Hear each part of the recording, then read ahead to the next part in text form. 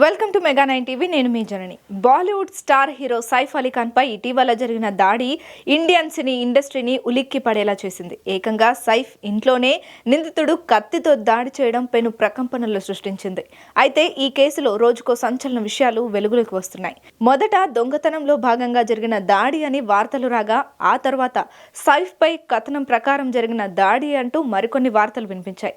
ఈ క్రమంలో తాజాగా నిందితుడిని అదుపులోకి తీసుకున్న పోలీసులు ఎవరు ఊహించని సంచలన విషయాలను బయటపెట్టారు. ఇంతకీ సైఫ్ కేసులో పోలీసులు ఏమన్నారు? Let's watch. Bollywood star hero Saif Ali Khan పై జరిగిన కత్తి దాడి బాలీవుడ్ ను ఉలిక్కి పడేలా చేసింది.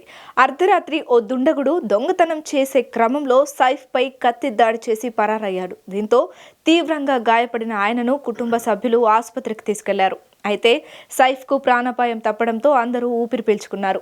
కానీ అటాక్ ఎలా జరిగింది, ఎందుకు జరిగింది అనే ప్రశ్నలు మాత్రం అందరినీ వెంటాడుతూనే వచ్చాయి. మొదట దొంగతనంలో భాగంగా జరిగిన దాడి అని ప్రాథమిక అంచనాకు వచ్చినప్పటికీ మరో రకమైన వార్తలు కూడా బయటకు వచ్చాయి.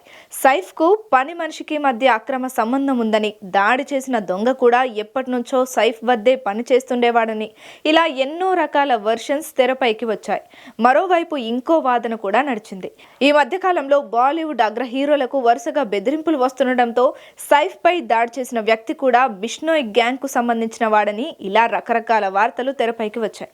వీటన్నింటినీ పక్కన పెడితే తాజాగా నిందితుడిని పట్టుకున్న పోలీసులు ఎవ్వరూ ఊహించని సంచలన విషయాలను బయటపెట్టారు. సైఫ్ పై దాడి చేసిన నిందితుడు అసలు ఇండియాకు చెందిన వ్యక్తే కాదని, అతను బంగ్లాదేశ్ కు చెందినవాడని తేల్చారు. అతడి పేరు మొహమ్మద్ షరీఫుల్ ఇస్లాం షాజాద్ అని, ఇండియాలోకి అక్రమంగా ప్రవేశించి విజయ్ దాస్ గా పేరు మార్చుకున్నాడని పోలీసులు వెల్లడించారు. గతంలోనే ముంబై వచ్చిన అతను ఆ తర్వాత తిరిగి బంగ్లాదేశ్ వెళ్లాడని, మళ్లీ ముంబై వచ్చి హౌస్ కీపింగ్ ఏజెన్సీలో పని కోసం చేరాడని తెలిపారు. దొంగతనం చేయడానికే సైఫ్ ఇంట్లోకి ప్రవేశించిన అతడు కత్తితో దాడి చేసి తప్పించుకునే ప్రయత్నం చేశాడని ముంబై పోలీసులు చెప్పుకొచ్చారు. అయితే సెలబ్రిటీగా హై సెక్యూరిటీ ఉండే సైఫ్ ఇంట్లోకి ఓ దొంగ ఎలా చొరపడ్డాడనే దానిపై ఇంకా దర్యాప్తు కొనసాగుతోందని పోలీసులు తెలిపారు. మరి ఈ కేసు విషయంలో ముందు రోజుల్లో ఇంకెలాంటి సంచలన విషయాలు వెలుగులోకి వస్తాయో చూడాలి.